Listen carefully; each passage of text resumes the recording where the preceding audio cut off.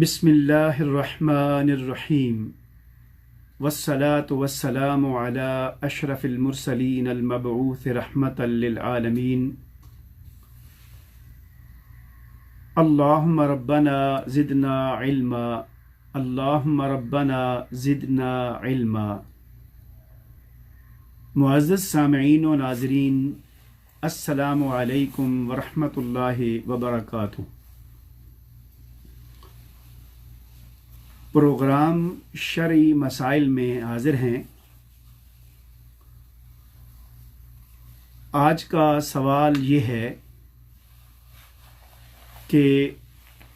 Perfume اور cosmetics اشیاء میں الکوہل یعنی کیمیکل کے استعمال کا کیا حکم ہے؟ معزز سامعین و ناظرین، الکوہل یا کیمیکل سے تیار کردہ پرفیوم کے استعمال کا حکم کیمیکل یا الکوہل کے حکم پر منحصر ہے کہ کیا وہ نجس یعنی ناپاک ہے یا کہ نہیں۔ اس بارے میں علماء کرام کا اتفاق ہے کہ اس کا پینا حرام ہے، اس میں کوئی اختلاف نہیں ہے، کیونکہ یہ نشہ آور ہے اور ہر نشہ آور چیز خمر یعنی شراب ہے، اور ہر شراب حرام ہے، جیسا کہ حضور نبی کریم صلی اللہ علیہ وآلہ وسلم کی حدیث مبارکہ ہے کہ کل مسکر خمر و کل مسکر حرام، اور ایک روایت میں ہے کل مسکر خمر و کل خمر حرام، کہ ہر نشہ آور چیز شراب ہے، خمر ہے، اور ہر شراب یعنی نشہ آور چیز حرام ہے۔ اس حدیث پاک کو امام مسلم نے روایت کیا ہے اور امام دارقطنی نے، اور ایک روایت جو ہے وہ امام بخاری کے علاوہ دیگر 5 ائمہ نے روایت کی ہے۔ اب الکوہل یا کیمیکل، اس کو شراب کی مانند کہنے والوں کے درمیان اس کی ناپاکی یعنی نجس ہونے پر اختلاف ہے، یعنی اس کے پینے پر کہ وہ حرام ہے اس پر سارے متفق ہیں، لیکن اس کے نجس و ناپاک ہونے پر اختلاف ہے۔ چنانچہ 4 ائمہ اکرام کے نزدیک شراب نجس ہے، کیونکہ ارشاد باری تعالی ہے یا ایھا الذین آمنوا انما الخمر والمیسر والانصاب والازلام رجس من عمل الشیطان فاجتنبوہ لعلکم تفلحون۔ یہ سورہ المائدہ کی آیت نمبر 90 ہے۔ ارشاد باری تعالیٰ ہے اے ایمان والو، بے شک شراب اور جوا اور عبادت کے لیے نصب کیے گئے بتوں اور قسمت معلوم کرنے کے لیے فال سب ناپاک اور شیطانی کام ہیں، سو تم ان سے پرہیز کرو تاکہ تم فلاح پا جاؤ۔ معزز سامعین و ناظرین، اس حکم میں بعض اسلاف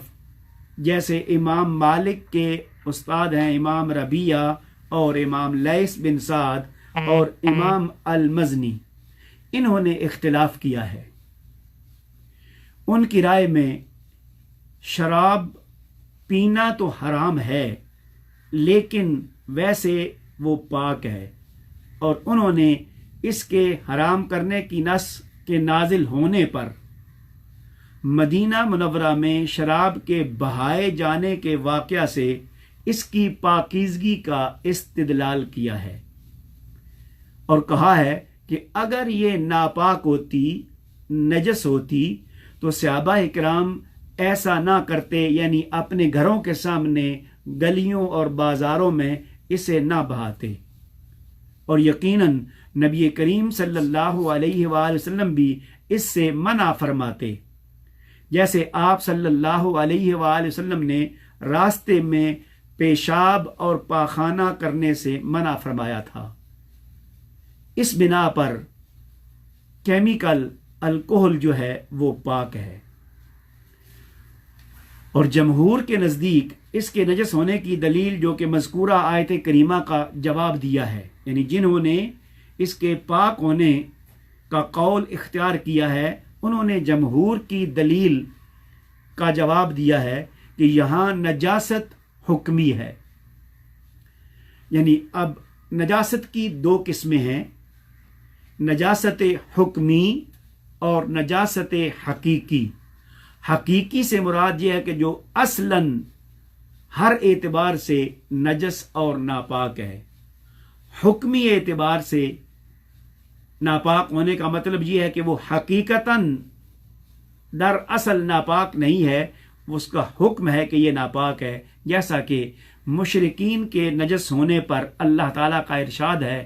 انما المشرکون نجس، مشرکین تو سراپا نجس ہیں، اور اس میں کوئی شک نہیں کہ حرام چیز حکماً نجس اور ناپاک ہے۔ یعنی جو چیز حرام ہوتی ہے وہ حکماً نجس اور ناپاک ہوتی ہے۔ اس کی تائید سے ثابت ہوتا ہے کہ آیت کریمہ میں وہ علماء بیان کرتے ہیں کہ جو لفظ الرجس ہے، جو کہ شراب، جوئے نصب کیے گئے بت اور فال کے تیروں کی صفت ہے، یعنی لفظ رجس جو ہے اس میں شراب کو بھی رجس کہا ہے، فال کو بھی رجس کہا ہے، تیروں کو بھی رجس کہا ہے، اور بتوں کو بھی رجس کہا ہے، جو کہ صفت ہے۔ اور کسی نے بھی ان چیزوں کی نجاست کو نجاست حقیقی نہیں کہا، یعنی وہ تیر جن سے وہ فال نکالتے تھے دراصل تو وہ لکڑی تھی، اب لکڑی تو ناپاک نہیں ہے، اور جن بتوں سے اللہ کریم نے منع فرمایا ہے وہ بت دراصل پتھر کے ہیں، اور پتھر جو اصل میں نجس نہیں ہے، تو اس لیے وہ کہتے ہیں کہ حکماً یہ اس میں نجاست حکمی ہے، حقیقی نہیں ہے۔ لہذا شراب بھی ایسے ہی ہے، چونکہ شراب بھی اسی آیت کریمہ میں ہے، اور اس کی نجاست حقیقی نہیں بلکہ نجاست حکمی ہے، اور اسے نجاست حقیقی ثابت کرنے کے لیے دلیل کی ضرورت ہے۔ یعنی اگر جو لوگ کہہ رہے ہیں کہ یہ نجاست حقیقی ہے تو اس کے لیے دلیل کی ضرورت ہے، ان کے نزدیک اس پر دلیل نہیں ہے۔ معزز سامعین و ناظرین، متاخرین میں سے امام شوکانی، امام صنعانی جو کہ کتاب سبل السلام کے مؤلف ہیں، اور صدیق حسن خان روضۃ البہیہ میں، اور شیخ محمد رشید رضا، یہ مصری عالم گزرے ہیں مفکر، اپنی تفسیر میں اس کے بارے میں اس طرح بیان کرتے ہیں کہ علماء اسلام کے نزدیک شراب کی ناپاکی کا مسئلہ اختلافی ہے۔ امام ابو حنیفہ علیہ رحمہ کے نزدیک نبیذ پاک ہے، اور اس میں الکوہل ہوتا ہے یعنی کیمیکل، اور کیمیکل شراب نہیں ہوتی۔ اور یورپی پرفیوم جو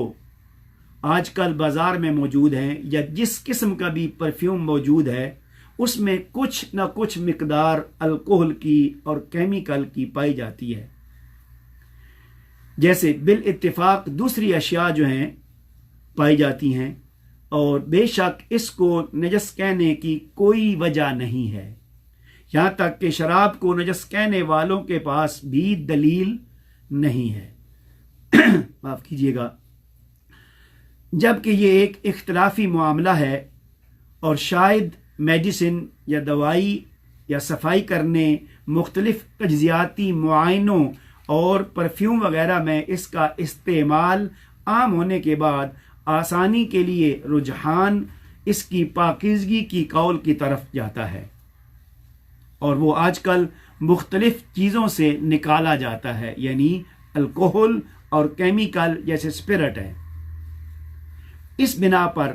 جسم یا لباس وغیرہ کو اگر کولونیا لگ جائے تو اس کا دھونا لازم نہیں ہے، اور اس کے ساتھ نماز ادا کرنا صحیح ہے۔ معزز سامعین و ناظرین، علماء نے مزید بیان کیا ہے کہ الکحل اگر انگور، کھجور،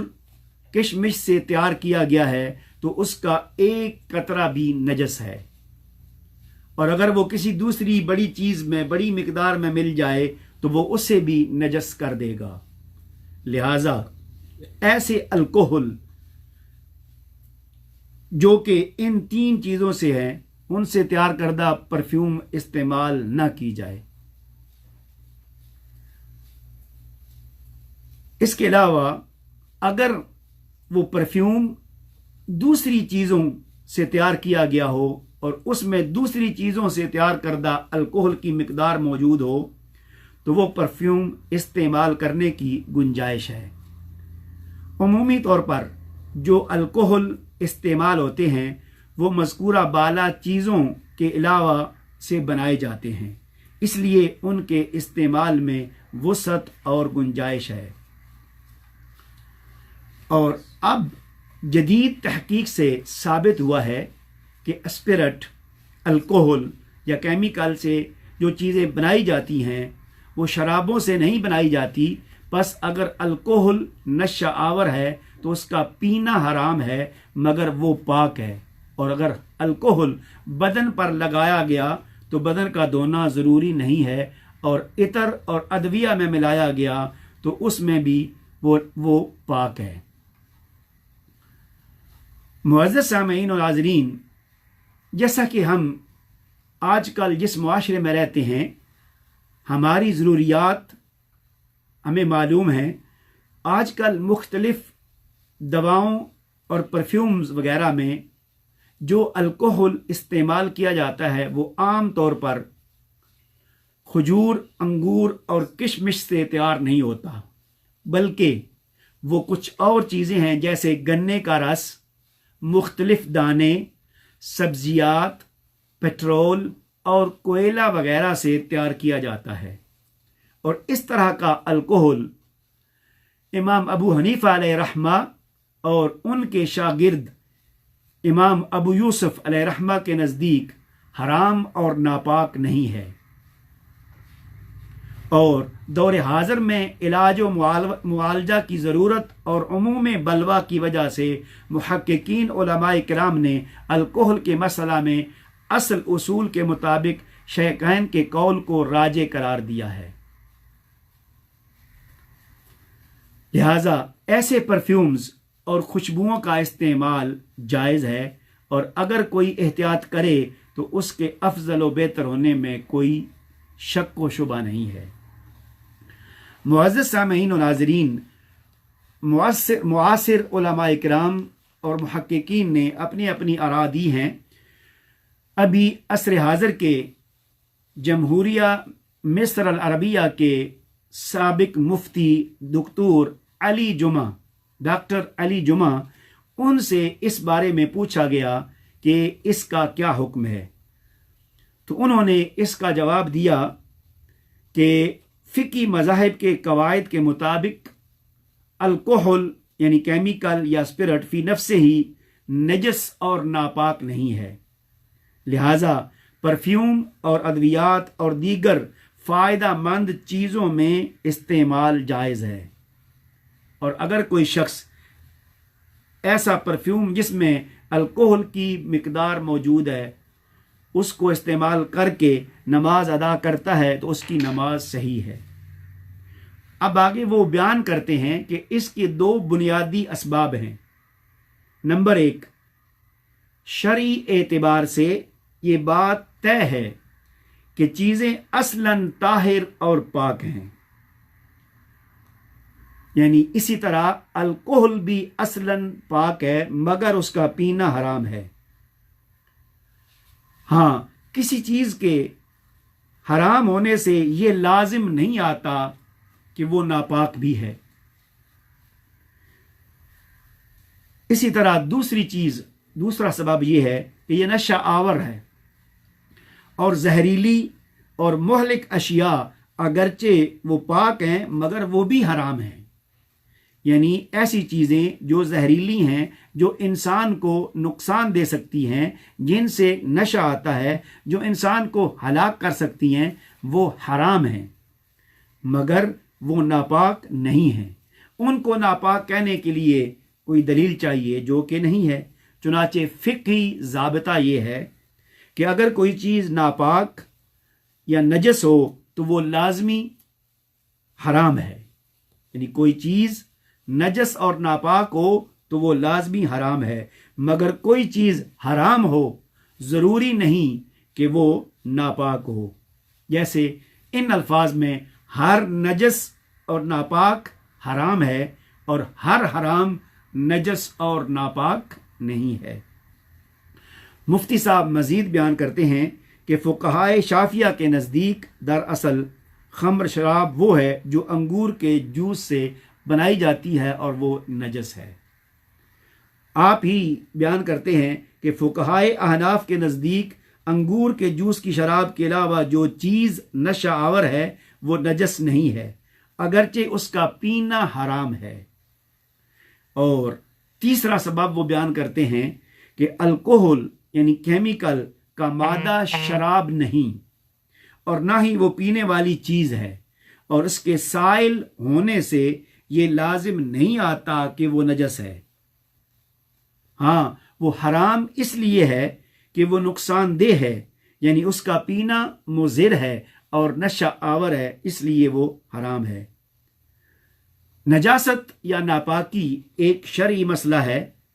کیمیائی حقیقت نہیں ہے۔ یعنی شراب نجس ہے، یہ ہمیں شریعت سے معلوم ہوا ہے، جبکہ الکوہل کا نشہ آور ہونا، یہی نشہ خمر میں بھی ہے، شراب میں بھی ہے، مگر الکوہل میں اس کی حقیقت کیمیائی مختلف ہے، یعنی کیمیکل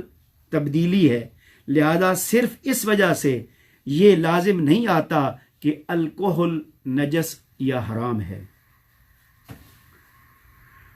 وہ آگے بیان کرتے ہیں کہ بازار میں جو پرفیوم ملتے ہیں وہ نجس نہیں ہیں، ان میں کچھ ایسے ہیں کہ وہ دراصل میں نجس اور شراب نہیں، مگر فقہا کے نزدیک ان کی حالت اور کیفیت تبدیل ہو جاتی ہے، اور جب کسی چیز کی کیفیت اور حالت تبدیل ہو جائے تو اس پر حکم بھی تبدیل ہو جاتا ہے۔ اس کی مثال، نمک کی کان میں اگر کوئی ناپاک چیز رہ جائے یا رکھ دی جائے تو کچھ عرصے بعد وہ چیز نمک بن جاتی ہے۔ جب وہ ناپاک چیز نمک بن گئی تو اب اس پر بھی حکم جو ہے وہ یہی لگایا جائے گا کہ وہ نمک ہے اور وہ ناپاک نہیں رہی، یعنی وہ ایک حالت سے دوسری حالت میں تبدیل ہو گئی ہے، اور اسی عمل کو کیمیائی تاثیر کہا جاتا ہے، اور اسی کو فقہائے کرام طہارت بالتخلل کا نام دیتے ہیں، یعنی سرکہ بنانے سے پاکیزگی اختیار کرنا یا سرکہ بننے سے کسی چیز کا پاک ہو جانا۔ اب اس کی مثال کہ اگر شراب خمر پڑے پڑے سرکہ بن جائے تو اس کا حکم یہ ہے کہ وہ حلال اور جائز ہے۔ آخر میں تائید اور دلیل کے لیے حضرت عائشہ صدیقہ رضی اللہ تعالی عنہا سے مروی ہے کہ آپ صلی اللہ علیہ وآلہ وسلم نے فرمایا، نعم الادم او ادام الخل۔ حضور نبی کریم صلی اللہ علیہ وآلہ وسلم نے فرمایا کہ سب سے اچھا اور عمدہ سالن سرکہ ہے، کیونکہ سرکہ، اب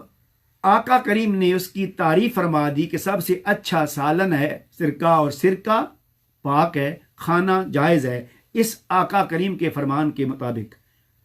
کیونکہ سرکہ شراب کی حالت سے دوسری حالت میں تبدیل ہو جاتا ہے، یعنی اب اس کا جائز ہونا، پاک ہونا، حلال ہونا یہ کیوں ہے؟ اس لیے کہ اس کی حالت تبدیل ہو گئی ہے، اور حالت تبدیل ہونے سے اس کا حکم بھی بدل گیا ہے،